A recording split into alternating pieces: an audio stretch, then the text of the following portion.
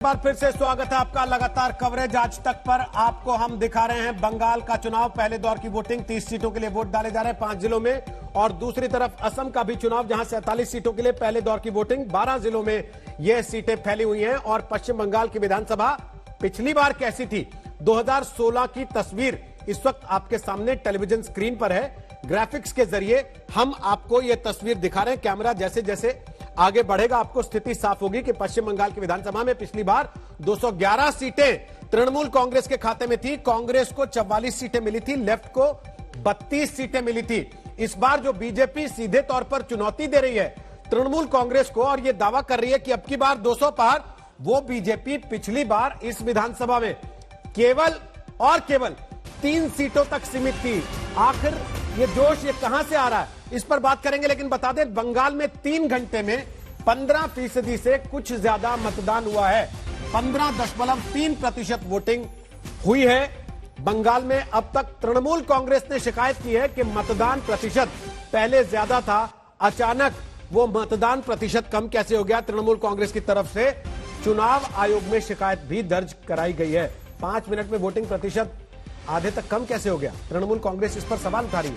और दोपहर में चुनाव आयोग से बीजेपी और टीएमसी दोनों पार्टियों के नेता मुलाकात करेंगे, अपनी अपनी शिकायत दर्ज कराएंगे। तो कुल मिलाकर यह तस्वीर इस वक्त बंगाल के चुनाव की है। हमारे साथ मेहमानों का एक बड़ा पैनल मौजूद है जो लगातार विश्लेषण कर रहे हैं हमारे लिए और आपके लिए चुनाव की इन तस्वीरों का, चुनाव से जुड़ी खबरों का और चुनाव के आंकड़ों का। तो हम आ गए यहां कंप्यूटर बाबा के पास। 2016 यानी कि पिछली बार का चुनाव, उस समय इन सीटों पर जहां आज वोटिंग हो रही है पहले दौर में क्या स्थिति थी। तो स्थिति यह थी, तृणमूल को 27 सीटें थी, 50% वोट उसके खाते में था। बीजेपी को एक भी सीट इन 30 में नहीं मिली थी। 9% वोट हालांकि उसे जरूर पाया था। लेफ्ट और सहयोगियों के खाते में 3 सीटें गई थी महज, 33% वोट उनको मिले थे इन 30 सीटों में से, और अन्यों के खाते में 8% वोट गए थे। जरा जीत का अंतर देख लिया जाए कि जो जो सीटें जीती गई उनमें जीत का आंकड़ा क्या रहा। 1 लाख से ज्यादा ऐसी कौन कौन सी सीटें थी जहां पर कोई कैंडिडेट जीता था। एक भी सीट ऐसी नहीं थी इन 30 में जहां कोई कैंडिडेट 1 लाख से ज्यादा वोटों से जीता हो। 50,000 से ज्यादा अगर हम नजर डालें तो कितनी ऐसी सीटें थी। तृणमूल के खाते में 3 सीटें थी जहां जीत का अंतर 50,000 से ज्यादा था। 20,000 वोटों से भी कम अंतर कितनी सीटों पर रहा। 9 ऐसी सीटें तृणमूल कांग्रेस ने जीती थी जहां 20,000 से भी कम अंतर रहा था वोटों का। और लेफ्ट के खाते में जो 3 सीटें गई थी अन्यों के साथ, वो तीनों सीटें ऐसी थी जहां अंतर 20,000 से कम था। और अगर इसको थोड़ा सा और बदले मार्जिन को, 10,000 से कम वाली सीटों पर जाएं, तृणमूल के खाते में 2 और लेफ्ट की 3 सीटें जो हम पहले बता चुके हैं। 5,000 से भी कम अगर हम देखना चाहें कि ऐसी कितनी सीटें थी, तो लेफ्ट को जो 2 सीटें मिली थी 3 में से, उन पर जीत का अंतर 5,000 से भी कम था। अब जरा इसे और कम करके देखा जाए, 1,000 से कम क्या कोई सीट थी, तो नहीं, 1,000 से कम कोई सीट नहीं थी। यानी कि कुल मिलाकर 50,000 से 5,000 के बीच का आंकड़ा है संजय जी, जो वोटों का अंतर पिछली बार में रहा है इन 30 सीटों में से जीत का। क्या आपको लगता है कि ये सीटें वल्नरेबल सीटें कही जा सकती? रोहित जी, 2016 चुनाव के बाद हमें एक और चुनाव को याद करना चाहिए, वो है 2019 का लोकसभा चुनाव।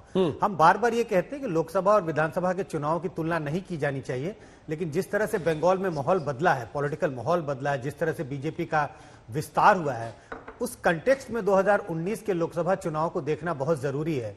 और अगर आप 2019 के लोकसभा चुनाव को इन्हीं इलाकों में देखें जहां आज वोट पड़ रहे हैं, इन इलाकों में बीजेपी का वोट प्रतिशत उनके एवरेज वोट से कहीं ज्यादा है। बीजेपी का अपना इन इलाकों में वोट 45% है, जबकि बीजेपी को अमूमन आपसे पूछते तो आप कहते हैं लोकसभा और विधानसभा अलग अलग तरह के चुनाव होते हैं। मैंने कहा दोनों को एक तरीके से नहीं देखना चाहिए। अब आप जो कह रहे हैं उससे संगीत जी की प्रसन्नता का ठिकाना नहीं है। नहीं, लोकसभा में तो ऐसा हो गया था। पक्का आप बोलिएगा, पहले संजय जी खत्म। मैंने जरूर कहा कि अमूमन तौर पर हम कंपैरिजन नहीं करते हैं, लेकिन चुनाव में पिछले अगर हम 5-7 सालों में के इतिहास में देखें तो बहुत सारे अपवाद आ गए हैं। और मैं बंगाल में जो चुनाव हो रहे हैं उसको भी एक अपवाद के रूप में मानूंगा। मैं ये नहीं कह रहा कि 2019 में जिस तरह का चुनाव हुआ बंगाल में बिल्कुल वैसा ही, उससे बिल्कुल ही उलट होने वाला है, ऐसा नहीं होगा। इसी के लिए कंपैरिजन में कर रहा हूं। कि 2016 और 2019 को देखने की जरूरत है। 2019 की अगर विधानसभा चुनाव, लोकसभा चुनाव को विधानसभा के नजरिए से देखें तो बीजेपी ने 20 सीटों पर बढ़त हासिल की और तृणमूल कांग्रेस के खाते में सिर्फ 10 थी। और इन इलाकों में बीजेपी का जो वोट का विस्तार हुआ है वो उनके दूसरे इलाकों के वोट से बिहार के विधानसभा चुनाव जब हो रहे थे उनको लोकसभा के नजरिए से नहीं देखा गया था क्या? और जब देखा गया था तो क्या यह माना गया था कि तेजस्वी यादव 2014 का लोकसभा चुनाव और 2019 का लोकसभा चुनाव दोनों अलग है। 2014 के लोकसभा चुनाव के बाद इस बात का अंदाज लगाना कि बीजेपी सचमुच सत्ता में आ सकती है, मुझे लगता है इस बात का कोई अंदाज नहीं लगा रहा था। इस वजह से वो इफोरिया बीजेपी क्रिएट नहीं कर पाई। 2019 का लोकसभा चुनाव में 121 विधानसभा सीटों पर बीजेपी ने बढ़त हासिल की। वो एक संकेत देता है कम से कम बीजेपी के सपोर्टर, बीजेपी के कार्यकर्ताओं में, कि अगर आपने कुछ मेहनत और की और अगर तृणमूल कांग्रेस का थोड़ा प्रचार प्रसार नीचे गिरता है, उनकी पॉपुलैरिटी, तो वो स्ट्राइकिंग रेट के क्लोज है। तो जब आप मैच जीतने की स्थिति में होते हैं तो आप मेहनत ज्यादा करते हैं। इस वजह से ये सब कुछ जो कुछ आज घट रहा है बंगाल में वो देखने को मिला। संगीत जी आप बोलना चाहते हैं, लेकिन उसके पहले प्रधानमंत्री नरेंद्र मोदी की तस्वीरें भी हम साथ साथ दिखा रहे हैं। ये देख सकते हैं आप, प्रधानमंत्री नरेंद्र मोदी के बांग्लादेश दौरे का आज दूसरा दिन है, जिसमें प्रधानमंत्री नरेंद्र मोदी पहले काली मंदिर में पूजा करते हुए दिखाई दिए थे। प्रधानमंत्री पहुंचे हैं वहां पर, तो एक प्रकार से ये 130 करोड़ भारतीयों का प्रतिनिधित्व है जो प्रधानमंत्री वहां पर कर रहे हैं। निश्चित तौर से जब प्रधानमंत्री वहां पर समाधि स्थल पर अपने श्रद्धा सुमन अर्पित करेंगे, अपनी भावनाएं प्रकट करेंगे, तो वो पूरे भारतवर्ष की भावनाओं के तौर पर होगा। और भारतवर्ष के लिहाज से कहा जाए तो 130 करोड़ भारतीयों की भावनाओं को प्रकट करने, भारतीय की भावनाओं का उद्गार को सामने रखने के लिहाज से बेहद महत्वपूर्ण पल। और यहाँ पर प्रधानमंत्री का पहुंचना और उनका स्वागत लगातार हम देख पा रहे हैं। और यहाँ पर प्रधानमंत्री का स्वागत करने के लिए खुद बांग्लादेश की प्रधानमंत्री शेख हसीना जी मौजूद हैं, उनके मंत्रिमंडल के कई सदस्य भी वहाँ पर मौजूद नजर आ रहे हैं। तो निश्चित तौर पे हमने कल भी देखा कि कैसे प्रधानमंत्री को एयरपोर्ट पर रिसीव करने के लिए खुद शेख हसीना जी पहुंची थी, जो कि प्रधानमंत्री हैं बांग्लादेश की, प्रोटोकॉल से इतर यानी कि दोस्ती को और गहराई देने के लिहाज से उनके इस जेस्चर को देखा गया। और आज भी अब जब प्रधानमंत्री बंगबंधु के यहाँ पे समाधि कॉम्प्लेक्स में पहुंचे हैं तो खुद प्रधानमंत्री शेख हसीना ने उनको यहाँ रिसीव किया। और ये रेड कारपेट ये बताता है कि कैसे भारत के प्रति बांग्लादेश में प्रधानमंत्री मोदी के प्रति एक आदर है, भारतीय लोगों के प्रति आदर है। और ये साफ तौर पे इस बात का दर्शाता है कि कैसे भारत और बांग्लादेश दोस्ती को आगे बढ़ाने के लिए तो शेख मुजीबुर रहमान को श्रद्धांजलि देने के लिए प्रधानमंत्री नरेंद्र मोदी उनके स्मारक पर पहुंचे हैं। साथ में शेख हसीना उनको अगवानी करके ले जा रही है। चित्रा त्रिपाठी हमारे साथ फोन लाइन पर आ गई है। चित्रा बोलिए। देखिए, ये जो तस्वीरें इस वक्त हमारे दर्शक देख रहे हैं रोहित, ये तस्वीरें अपने आप में बेहद खास हो जाती हैं। शेख मुजीबुर रहमान साहब का बांग्लादेश के लिए, यहाँ के लिए क्या योगदान रहा है ये बताने की जरूरत नहीं है। यहाँ का हर एक नागरिक उन्हें राष्ट्रपिता के तौर पर जानता है। और प्रधानमंत्री नरेंद्र मोदी का आपको बता दें, भारत की ओर से इतना बड़ा कोई चेहरा पहली बार वहां पर जा रहा है शेख साहब को अपनी श्रद्धांजलि, अपने श्रद्धा सुमन अर्पित करने के लिए। और आपको ये भी बताते चले, 17 मार्च 1920 को इसी गोपालगंज में जहां पर मेरी मौजूदगी है, इस इलाके में उनका जन्म हुआ था। यहीं से अपने राजनीतिक उन्होंने आगे बढ़ाया और उसके बाद बांग्लादेश के न सिर्फ वो पहले राष्ट्रपति बने बल्कि उसके बाद प्रधानमंत्री भी बने। 1975 में षड्यंत्र के तहत हत्या कर दी जाती है और बांग्लादेश के अपने हिस्से करने के लिए और यहाँ को खराब करने के लिए किसी है। प्रधानमंत्री नरेंद्र मोदी का यहाँ जाना कल शाम के एक बड़े कार्यक्रम में पीएम ढाका में शामिल करार देते हुए ये कहा गया था कि इस बांग्लादेश को आगे बढ़ाने में उनका बहुत बड़ा रोल रहा है। ये बांग्लादेश अपनी शहर का, अपने राष्ट्रपिता का 100वीं जन्म जयंती मना रहा है और इस खास मौके पर प्रधानमंत्री नरेंद्र मोदी यहाँ मुख्य अतिथि बनकर आए हुए हैं। शेख हसीना को भी आपको बता दें चले कि जिस हिस्से में ये बना हुआ है वहाँ पर वहीं पर उनके मजार भी है, वहीं पर उनका जन्म हुआ था और वहीं पर शेख हसीना ने अभी एक नए बिल्डिंग, हालांकि जो पुराना मकान था उसकी जगह से नए बिल्डिंग बनाया गया है, जिससे शेख साहब से जुड़ी हुई उनके तमाम तस्वीरें, उनकी तमाम यादें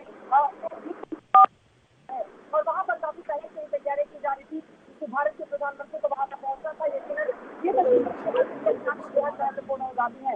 1971 26 मार्च का वो समय जब बांग्लादेश की आजादी के लिए बांग्लादेश का यहाँ पर लड़ता हुआ हिंदुस्तानी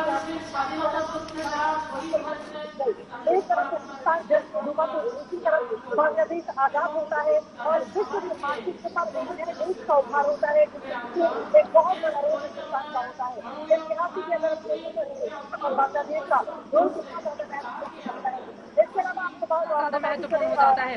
इसके अलावा आपको बताते चले, चूंकि बंगबंधु यहाँ के लिए जब बांग्लादेश आजाद हुआ था उस समय पाकिस्तान की वो जेल में बंद थे। एक साल के बाद बांग्लादेश की आजादी के बाद 1 साल के बाद उन्हें छोड़ा गया था और उसके बाद वो यहाँ पर 1973 में उनको प्रधानमंत्री के तौर पर यहाँ की जनता ने अपने सिर माथे पर बिठाया था और प्रचंड जीत के साथ वो सत्ता के शीर्ष तक पहुंचे थे। हालांकि 1975 का काला अध्याय भी यहाँ की जनता नहीं भूलती है। इसी वजह से अपने इस राष्ट्र नायक के इस जन्म शताब्दी को यहाँ का एक एक व्यक्ति बहुत अच्छे से मनाना चाहता है। कुछ लोग हमारे साथ हैं, अगर आकर यहाँ पर बातचीत करना चाहें। बहुत ज्यादा भीड़ भी यहाँ पर लगी हुई है, लेकिन सब लोग बंगाली बोलते हैं, इसलिए थोड़ा सा बचते हैं कैमरे के सामने आकर बात करने में। मैं कोशिश करूंगी कि जरूर कुछ लोगों से बातचीत करें रोहित, लेकिन ये तस्वीरें अपने आप में काफी ज्यादा महत्वपूर्ण। प्रधानमंत्री यहाँ पर बंगबंधु से जुड़ी हुई तमाम यादों को देखेंगे। शेख हसीना की वहां पर मौजूदगी है और उसके बाद फिर मंदिर का उनका कार्यक्रम शुरू हो जाएगा, जिसको लेकर मतुआ समुदाय की भी तैयारियां पूरी की जा चुकी हैं। आपको बता दें कि शांतनु ठाकुर जो कि भारतीय जनता पार्टी के सांसद हैं और साथ ही मतुआ समुदाय का बड़ा चेहरा हरिचंद ठाकुर के जो वंशज हैं उनकी भी इस वक्त मौजूदगी है। वहां पर लोगों से वो मुखातिब है, उनसे बातचीत कर रहे हैं। प्रधानमंत्री का फिलहाल यहाँ पर इंतजार किया जा रहा है ओराकांडी में। लेकिन आप जो तस्वीरें तुंगीपाड़ा की देख रहे हैं, पूरा देश जो देख रहा है, मुजीबुर रहमान और हिंदुस्तान के रिश्ते भी, हिंदुस्तान की जो भी हुकूमत थी उनके साथ उनके रिश्ते बहुत अच्छे थे और बांग्लादेश को आगे ले जाने में उनका बहुत बड़ा रोल था। शेख हसीना उनकी बेटी हैं, उनकी मृत्यु के बाद आपको बताते चले 1975 में उनकी जान चली गई, षड्यंत्र के तहत उनको मार दिया गया और उसके बाद 6 सालों तक इस परिवार ने बहुत बुरा दौर देखा, जिसके बाद 1981 में यहाँ पर शेख हसीना बांग्लादेश में आती हैं और उसके बाद आवामी लीग को आगे बढ़ाने में फिर वो लगातार लग जाती हैं और फिर यहाँ की सत्ता के शीर्ष तक पहुंचती हैं। तो यहाँ पर भावनात्मक तौर पर अपने इस राष्ट्रपिता से जुड़ा हुआ ये मुल्क उनकी 100वीं जयंती मना रहा है। ये राष्ट्र अपनी आजादी के 50 साल पूरे होने पर जश्न मना रहा है और ये राष्ट्र हिंदुस्तान के साथ अपने कूटनीतिक रिश्तों के 50 साल पूरे होने पर भी जश्न की तैयारियां और उसकी तस्वीरें नरेंद्र मोदी का ढाका में मुजीबुर रहमान के स्मारक पर इस वक्त मौजूद हैं और वो उन्हें श्रद्धांजलि अर्पित कर रहे हैं। भारत बांग्लादेश के संबंधों में ये अपने आप में एक नया अध्याय। এখানে সাহিত্য সর্বকালের সর্বশ্রেষ্ঠ বাঙালি জাতির পিতা বঙ্গবন্ধু শেখ মুজিবুর রহমানের आजादी क्या होती है इस बात को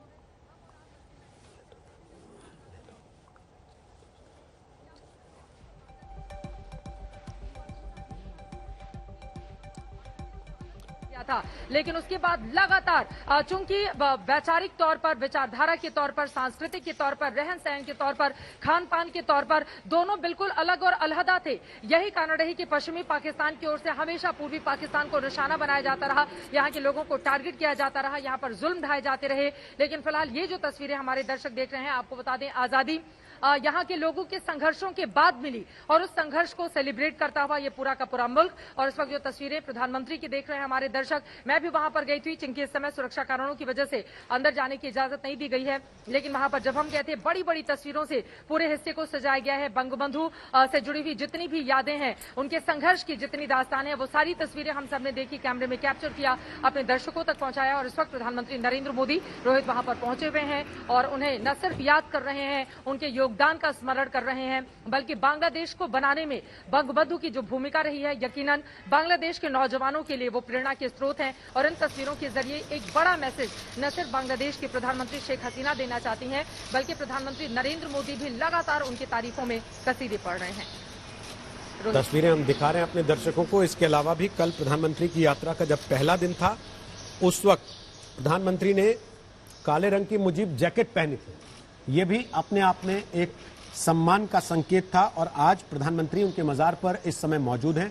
वहां पर श्रद्धा सुमन प्रधानमंत्री नरेंद्र मोदी ने अर्पित किए हैं, उनका स्वागत किया। वहां प्रधानमंत्री शेख हसीना ने अगवानी करके वो प्रधानमंत्री नरेंद्र मोदी के साथ वहां गई हैं। और उसके बाद प्रधानमंत्री नरेंद्र मोदी ने वहां श्रद्धांजलि अर्पित की है, श्रद्धा सुमन अर्पित किए हैं बंगबंधु मुजीबुर रहमान की मजार पर। देख सकते हैं आप तस्वीरें। एक राष्ट्राध्यक्ष के तौर पर पूरे सम्मान, सैनिक सम्मान के साथ प्रधानमंत्री नरेंद्र मोदी वहां समाधि स्थल पर मौजूद हैं, मजार पर मौजूद हैं और श्रद्धा सुमन अर्पित कर रहे हैं।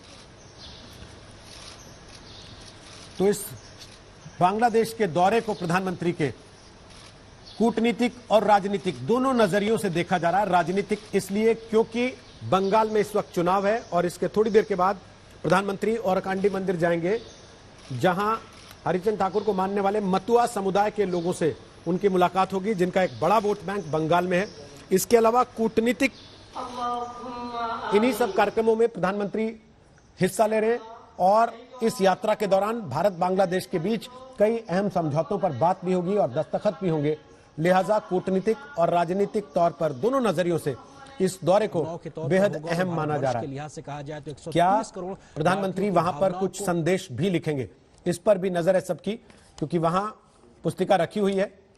बहुत मुमकिन है कि पीएम वहां पर बैठे और संदेश बांग्लादेश के लिए, शेख मुजीबुर रहमान के लिए प्रधानमंत्री वहां पर लिखें। चित्रा, मेरी आवाज अगर आप तक आ रही है तो बोलिए। देखिए, गांधी शांति पुरस्कार भी हिंदुस्तान की ओर से मरणोपरांत दिया गया है शेख मुजीबुर रहमान साहब को। और यकीनन आपने जिस जैकेट का भी जिक्र किया, चूंकि प्रतीकों का बहुत ज्यादा महत्व होता है रोहित, और यही कारण रही कि कल जब एक बड़ा कार्यक्रम नेशनल डे के तौर पर मनाया जा रहा था, उस दौरान प्रधानमंत्री नरेंद्र मोदी मुजीब जैकेट पहनकर वहां पर पहुंचे हुए थे, काले रंग का। तो अपने क्लोथ्स के जरिए, अपने कपड़ों के जरिए, अपनी बातों के जरिए, इस सम्मान के जरिए जो गांधी शांति पुरस्कार उनको दिया गया है, एक बड़ा संदेश हिंदुस्तान देना चाहता है कि कैसे बांग्लादेश को लेकर भावनात्मक तौर पर हम सब जुड़े हुए हैं। और यकीनन बांग्लादेश के लोग भी उसी तरह से अपनी बातों को, कल जब मैं बात कर रही थी गौहर रिजवी साहब जो कि प्रधानमंत्री के सलाहकार हैं शेख हसीना जी के, उनसे जब मेरी बातचीत हुई तो उनकी ओर से कहा गया कि बांग्लादेश की आजादी में हिंदुस्तान की जो भूमिका रही, हम हमेशा उनके ऋणी हैं और आज इस खास मौके पर भी हम हिंदुस्तान का शुक्रिया अदा करना नहीं भूलेंगे। और इसी वजह से प्रधानमंत्री नरेंद्र मोदी का यहाँ आना हम सबके लिए बहुत मायने रखता है। हम सब जानते हैं कि कोरोना वैक्सीन की बड़ी खेप के साथ यहाँ पर प्रधानमंत्री पहुंचे हुए हैं और कोरोना वैक्सीन जो उन्होंने बांग्लादेश को मुहैया कराई थी, उसको लेकर भी यहाँ के लोगों की ओर से, यहाँ की सरकार की ओर से भारत का शुक्रिया अदा किया था। फिलहाल ये तस्वीरें जो शेख मुजीबुर रहमान साहब की मजार के आसपास की हमारे दर्शक देख रहे हैं, यही वो जगह है जहां पर उनका जन्म हुआ था। 1920 में उनका जन्म हुआ था, मार्च का महीना था, 17 तारीख। और आपको बताते चले कि 1975 में षड्यंत्र के तहत उनको मार दिया जाता है उनके परिवार के कुछ सदस्यों के साथ। लेकिन उसके बाद जिस तरह से राजनीति यहाँ पर बदलती है, करवट लेती है, बांग्लादेश लगातार मजबूत होता गया। और जो सपना उन्होंने इस पूर्वी हिस्से को लेकर देखा हुआ था, पूर्वी पाकिस्तान का यह हिस्सा था जब बाद में 1971 में यह आजाद होता है, उसके ठीक पहले, तो उस सपने को यहाँ के लोगों ने पूरा किया है और वही जिम्मेदारी अब यहाँ की सरकार पर भी है। देखिए, 1947 के दौरान भारत और पाकिस्तान का जब बंटवारा हुआ था, उसके बाद पूर्वी पाकिस्तान और पश्चिमी पाकिस्तान में अलग अलग तरह की गृह युद्ध की स्थिति देखी जा रही थी। पश्चिमी पाकिस्तान के लोग पूर्वी पाकिस्तान के लोगों को लगातार तंग करते थे और इसी वजह से शेख साहब ने आवामी लीग नामक अपनी पार्टी बनाई थी 1950 के पहले, और लगातार वो यहाँ के लोगों की आवाज को बुलंद करते रहे, जिसके बाद वो पॉपुलर होते हुए चले गए। लेकिन यही चीज पश्चिमी पाकिस्तान के हुक्मरानों को रास नहीं आती थी, इसीलिए बार बार वो शेख मुजीबुर रहमान साहब को निशाने पर लेते रहे थे। तो एक लंबा इतिहास रहा है उनके संघर्षों का। कई बार उनको जेल जाना पड़ा। बांग्लादेश की आजादी की लड़ाई के लिए उन्होंने बहुत ज्यादा संघर्ष किया और यकीनन जब आजादी मिली थी उस समय भी वो पाकिस्तान की जेल में थे, लेकिन आजादी के बाद रिहा करना पड़ा, क्योंकि पाकिस्तान का क्या हश्र हिंदुस्तान की ओर से किया गया था ये पूरी दुनिया जानती है। और पाकिस्तान को दो टुकड़ों में काटकर एक नए देश का जन्म होता है बांग्लादेश, जो अब नई उम्मीदों के साथ, आपको बताते चले जीडीपी के मामले में बांग्लादेश ने एक नई लकीर खींची है। यहाँ पर विकास के पैमाने पर भी अगर हम बिल्कुल इंटीरियर अलग अलग हिस्सों में भी जाएंगे तो मैं देख पाती हूँ यहाँ पर सड़कें बहुत ज्यादा अच्छी हैं। यहाँ के लोग आगे बढ़ना चाहते हैं एक उम्मीदों के साथ, और यकीनन पाकिस्तान से अलग होने के बाद तेजी से तरक्की करता हुआ ये मुल्क यहाँ पर दिखाई दे रहा है। प्रधानमंत्री नरेंद्र मोदी पहुंचे शेख मुजीबुर रहमान की मजार पर उनको श्रद्धा सुमन अर्पित करने, और विजिटर्स बुक में इस वक्त प्रधानमंत्री संदेश लिख रहे हैं।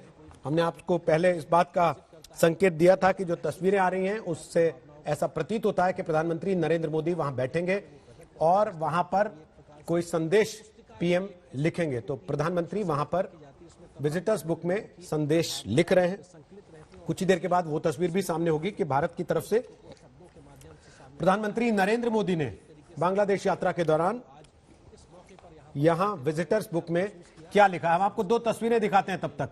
आज प्रधानमंत्री नरेंद्र मोदी ने श्रद्धा सुमन अर्पित किए उनकी मजार पर जाकर, समाधि स्थल पर जाकर, और कल उन्होंने सम्मान दिया था बंगबंधु को मुजीब जैकेट पहनकर। जो खबरें थी उसके मुताबिक भारतीय उच्चायोग ने बांग्लादेश से करीब 100 जैकेट्स का ऑर्डर दिया था, यानी कि तमाम लोग जो वहां पर मौजूद हैं भारतीय प्रतिनिधिमंडल के हिस्से के तौर पर, उन सबको भी यह संकेत, यह संदेश पहले से स्पष्ट किया गया।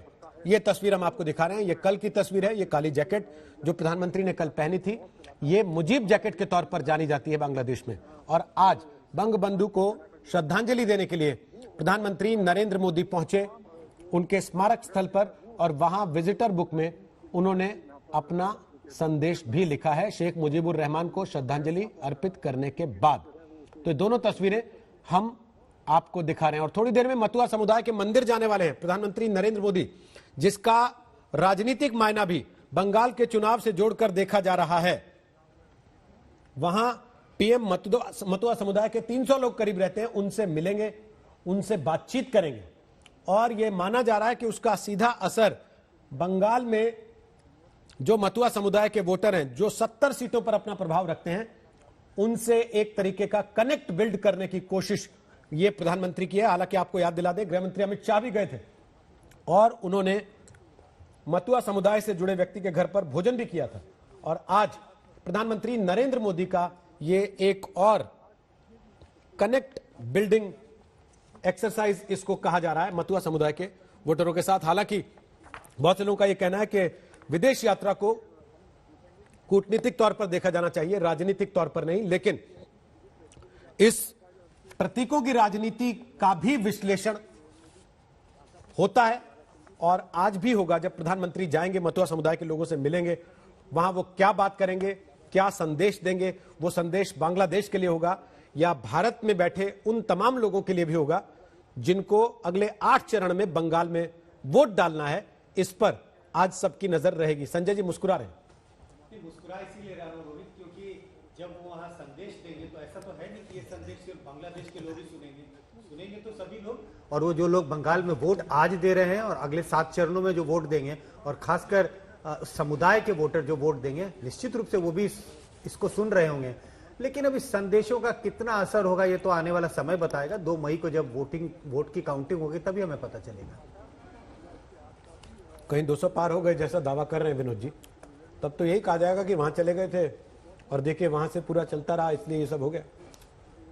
तब क्या कहा जाएगा वो तो तब की बात होगी, क्योंकि बहुत सारे नहीं, आजकल तो पहले पता लग जाता है कब कौन क्या कहेगा। नहीं, लेकिन ये एक बात उनकी उस चीज की टूल किट भी तो तय रहती है ना। नहीं, वो आप सही कह रहे हैं, लेकिन आपने एक चीज कही ना कि इसको राजनीतिक तौर पर नहीं देखा जाना चाहिए, कूटनीतिक तौर पर देखा जाना चाहिए। लेकिन एक सवाल तो उठता है कि बांग्लादेश तो पहले भी गए प्रधानमंत्री, लेकिन मतुआ समुदाय का जो तीर्थ स्थल है वहां इस बार जा रहे हैं, पहले क्यों नहीं गए, तो ये प्रश्न भी उठ सकता है। बिल्कुल, इसलिए चीजें राजनीतिक कूटनीतिक दोनों एक साथ होती है। विनोद जी, पहले चुनाव नहीं थे, आज चुनाव हो रहा है। हाँ, तो इसीलिए वो राजनीतिक उसका महत्व हो जाता है यात्रा का। संगीत जी बोलिए, पहले क्यों नहीं गए, आज क्यों जा रहे हैं? देखिए, ये सवाल तो आप हमेशा ये बना हुआ रहता है कि आपने यदि ये काम किया तो वो काम पहले ने क्यों नहीं किया। अब आज कर रहे हैं तो कहते हैं आपसे 5 साल पहले क्यों नहीं किया। अरे 370 आज खत्म कर दिए, पहली बार क्यों नहीं खत्म कर दिए। कहा जाता है, आप भी कम नहीं करते हैं। नहीं, देखिए मैं तो रोहित जी एक बात छूट गई थी, बंगाल से जोड़ देता हूँ। रोहित जी एक बात छूट गई थी, हम यहाँ पर किसी की इमामों को पैसा देते हैं, पुजारियों को क्यों नहीं देते हैं? नहीं, देखिए सवाल ये है कि मैं तो ये शुरू से कहता हूं कि आप जाति या आप धर्म के आधार पर नीतियों को मत बनाइए। यदि नीतियां धर्म के आधार पर बनाएंगे तो माइनॉरिटी मेजॉरिटी का पोलराइजेशन होगा ही होगा। यदि गरीब है, चाहे वो हिंदू है मुस्लिम है, उसके लिए कर दीजिए ना। सच्चर कमेटी कहती है कि भाई मुसलमानों के गलियों में आप बैंक कीजिए, मुसलमानों के, अरे जहां बैंक की जरूरत है वहां खोलिए, जहां पर स्कूलों की जरूरत है वहां खोलिए, जहां पर विश्वविद्यालय की जरूरत है, हॉस्पिटल की जरूरत है वहां खोलिए, लेकिन मुसलमानों के मोहल्ले में खोलिए। ये जो साइकी जो नीतिगत बनाए गए हैं 70 साल के अंदर, इसी ने पूरी राजनीतिक दिशा को, राजनीतिक चरित्र को खत्म किया है। मैं तो कहता हूं इससे आप ऊपर उठ करके क्यों नहीं काम करते हैं।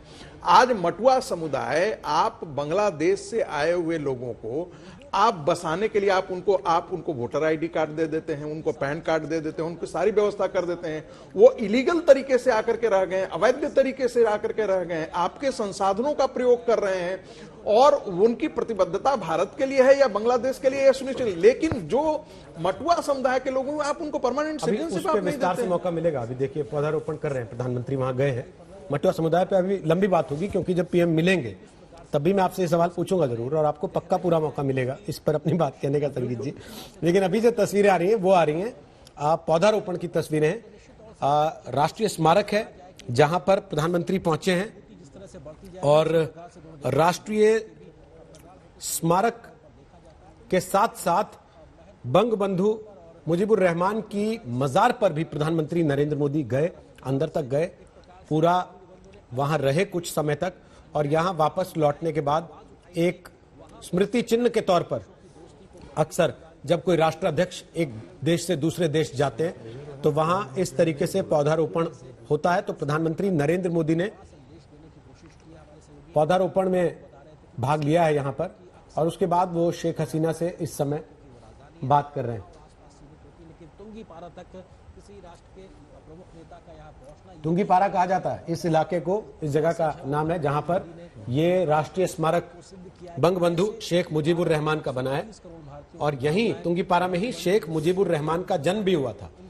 बांग्लादेश की आजादी के महानायक शेख मुजीबुर रहमान कहे जाते हैं, और आज प्रधानमंत्री के बांग्लादेश दौरे के दूसरे दिन उनके स्मारक पर प्रधानमंत्री नरेंद्र मोदी पहुंचे, और उसी की सीधी तस्वीरें हम आपको दिखा रहे हैं। प्रधानमंत्री का यहाँ तक का जो दौरा है ये भी अपने आप में खासा महत्व।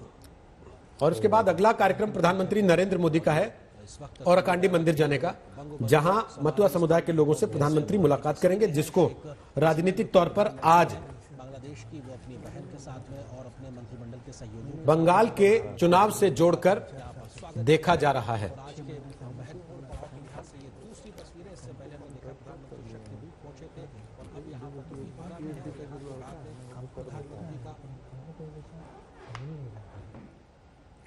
और कमेटी रिसेप्शन में भी शामिल होंगे। इसके अलावा वहां पर जो मतुआ समुदाय का जो महत्वपूर्ण जो मंदिर है वहां पर भी वो पूजा अर्चना करेंगे। तो काफी खास कार्यक्रम के लिहाज से आज की ये तस्वीरें, और ये तस्वीरें अपने आप में बहुत कुछ बयां करती हैं। खुद प्रधानमंत्री लगातार इस बात को कहते रहे हैं कि महात्मा गांधी हो या बंगबंधु हो, उनके द्वारा दिखाए हुए जो रास्ते हैं वही हमारे दोनों देशों का भविष्य को लिए बड़ा एक रोड मैप दिखाते हैं, एक तरीके से तैयारी करते हैं कि कैसे दोनों देश मिलकर इस दिशा में आगे बढ़ सकते हैं। और कल प्रधानमंत्री ने इस बात का भी जिक्र किया था कि एक बेहद सुखद संयोग है कि बांग्लादेश की आज़ादी के 50 वर्ष और भारत की आज़ादी के 75 वर्ष एक साथ लगभग एक वर्ष में आ रहे हैं, और यहाँ से इस पड़ाव से हमको अभी आगे ये तय करने की जरूरत। तस्वीरें आपके सामने टेलीविजन स्क्रीन पर, बंगबंधु की मजार पर पीएम मोदी गए, शेख हसीना साथ में थी, और साथ ही उसके पहले स्मारक पर उन्होंने पुष्प अर्पित किए, श्रद्धांजलि अर्पित की, और साथ ही पीएम ने वहां पर पौधारोपण भी किया है। बांग्लादेश की पीएम शेख हसीना भी पीएम मोदी के साथ में मौजूद हैं।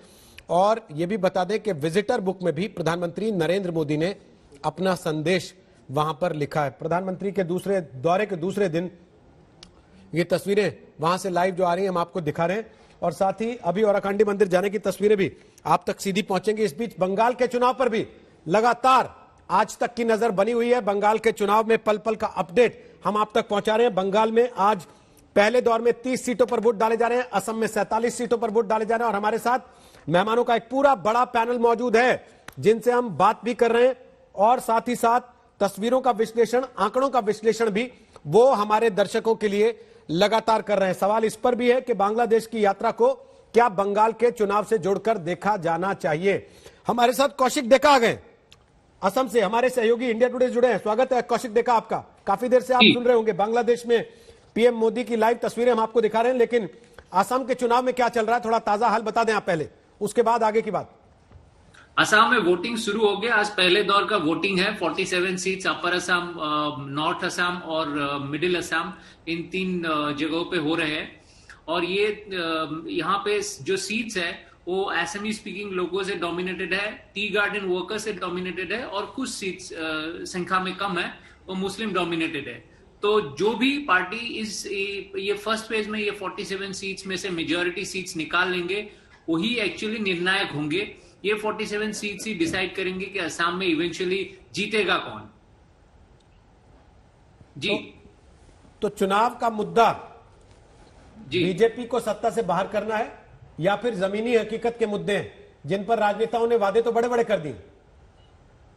जमीनी हकीकत को देखा जाए तो पिछले 5 साल में बीजेपी ने जो वेलफेयर स्कीम्स लॉन्च की है उनका काफी इम्पैक्ट है ग्राउंड पे, और इसी को देखते हुए आप कांग्रेस ने जो बीजेपी को अटैक किया है, 2 मुद्दे पे अटैक किया है। पहला तो सिटीजनशिप अमेंडमेंट एक्ट, इसको लेके असम में जो एसएमई स्पीकिंग वोटर्स है उनमें काफी गुस्सा थे और इसलिए 2 नए पॉलिटिकल पार्टी का भी जन्म हुआ। तो उन पार्टीज को कुछ वोट्स मिलेंगे और इनके वजह से कांग्रेस को जो एडवांटेज मिलने वाला था वो शायद नहीं मिलेंगे, जो एंटी का सेंटीमेंट के वजह से। और साथ में ये भी है कांग्रेस ने यूडीएफ के साथ गठबंधन कर लिया है। यूडीएफ को माना जाता है कि वो इमिग्रेंट मुस्लिम जो पॉपुलेशन है उनको सपोर्ट करते हैं। ये जो मान्यता एसएमई स्पीकर्स में है इसके वजह से कांग्रेस को शायद कम बेनिफिट मिलेगा। दूसरा, कांग्रेस ने जो टारगेट किया था बीजेपी को वो टी गार्डन वर्कर्स के डेली वेजेस को लेके है, लेकिन इसमें भी बीजेपी ने 5 साल में जितना किया है, और कांग्रेस ने बीजेपी से पहले जो 60 इयर्स असम को रूल किया उस समय टी गार्डन के वर्कर्स को लेके जितने काम किया, इन दोनों में जो अंतर है, साथ में जो यूनियन गवर्नमेंट की वजह से भी बहुत सारे टी गार्डन में स्कीम्स लॉन्च हुए, इनके वजह से कांग्रेस को अपनी जो खोए हुए होल्ड है टी गार्डन्स में वो वापस पाने में थोड़ा मुश्किल हो रहा है। तो कुल मिला के ये दोनों बातों को लेके देखा जाए तो बीजेपी अभी भी थोड़ा एडवांटेज पोजीशन में है, लेकिन तय करेगा का के जो सिटीजनशिप अमेंडमेंट का इम्पैक्ट है वो कितना बीजेपी को डैमेज करता है एसएमई स्पीकिंग एरियाज में, क्योंकि 26 सीट्स है जो 47 सीट्स में पोल्स हो रहे हैं उनमें से 26 सीट्स में एसएमई स्पीकिंग पीपल डिसाइड करेगा। लेकिन हमने देखा है लास्ट ईयर जो का के एजिटेशन हुआ था उसके बाद कोविड आ गए, और कोविड की वजह से काफी ये जो सेंटिमेंट था वो डाइल्यूट हो गए। साथ में हमने देखा है एक मैसिव कैंपेन बीजेपी ने लॉन्च किया है, उसके सामने कांग्रेस का जो कैंपेन है वो थोड़ा स्टेज है, लेकिन ग्राउंड में अब देखना पड़ेगा कि लोग कांग्रेस के 5 गारंटीज को, जिसमें जॉब्स है, टी गार्डन वर्कर्स के वेजेस है, महिलाओं के पैसे है और सिटीजनशिप अमेंडमेंट एक्ट को बातिल करने की बात कहा गया है, लेकिन उसके मुकाबले बीजेपी ने भी ऑफर किया है जॉब्स का, लेट ही सही कांग्रेस के बाद ऑफर किया है 2 लाख जॉब्स का टी गार्डन वर्कर्स के लिए। उन्होंने कुछ नया अनाउंसमेंट नहीं किया है, लेकिन साथ में जो 2000 रुपया कांग्रेस ने महिलाओं के लिए किया है, बीजेपी ने उसको 3000 रुपया किया है। तो इन्हीं सब बातों को लेके तय होगा कि वोटर्स आखिर किसको चुनते हैं। बिहार में 10 लाख नौकरी की बात कही थी तेजस्वी ने, 19 लाख रोजगार के मौके देंगे, ये बीजेपी ने वादा कर दिया था।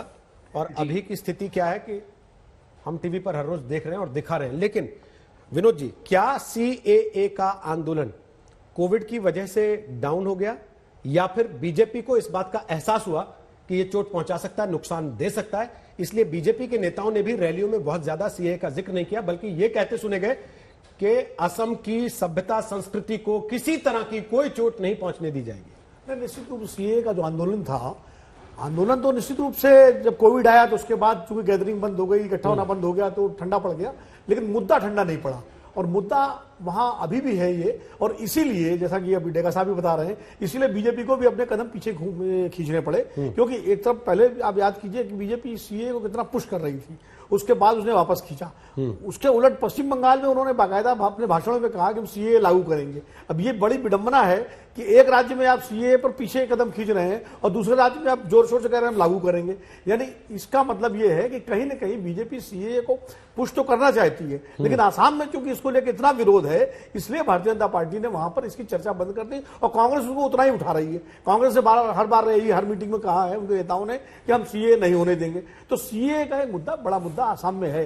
एक बात जो डेगा साहब ने कही है, मुझे लगता है वो बड़ी महत्वपूर्ण है कि जो 2 नई पार्टियां वहां आ गई हैं, एक खास करके अखिल गोगोई की पार्टी, और अखिल गोगोई जेल में है, वो भी लड़ रहे हैं चुनाव। तो वो जो सीए विरोधी वोटर है, वो शायद संजय जी ज्यादा बेहतर बता पाएंगे कि वो किस तरफ जाता है। वो एक मुश्त कांग्रेस की तरफ जाता है या उसमें विभाजन होता है। अगर उसमें विभाजन होता है तो निश्चित रूप से बीजेपी को उसका लाभ मिलेगा, और अगर वो एक मुश्त कांग्रेस की तरफ चला गया बीजेपी के विरोध में, तो उसका फायदा कांग्रेस को मिलेगा। अभी कमेंट लेते हैं, उसके पहले एक खबर आ गई है। 11:20 तक असम में 24.91% मतदान हुआ है, और साथ ही बंगाल में 28.13% मतदान 11:20 तक हो चुका है। दोनों राज्यों की तस्वीर, दोनों राज्यों के आंकड़े हम आपको बता रहे हैं। अभी तक एक जगह लगभग 25% मतदान हुआ है। बंगाल में वोटिंग की रफ्तार असम के मुकाबले थोड़ी सी तेज है, और बंगाल में 11:20 तक